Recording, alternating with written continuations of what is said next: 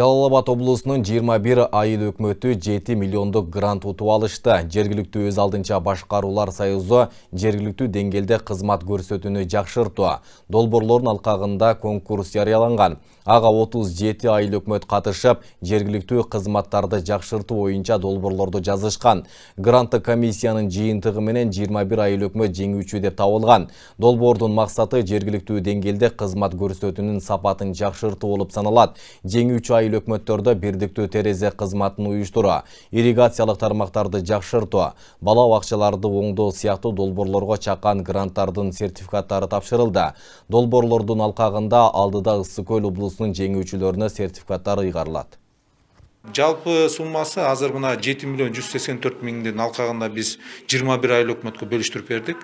Ар бир долбоорлор 300 миң, 400 миң, 500 миң, миллионго чейин мына ушундай долбоорлор утуп алышты да. Биздин долбоордон атайын өкүлдөр барып текшерип турушат. Андан сырткары өздөрүнүн ичинде дагы мониторинг группа түзүлөт. Сөзсүз түрдө ал ошо долбоордун бирден бир критерийи да.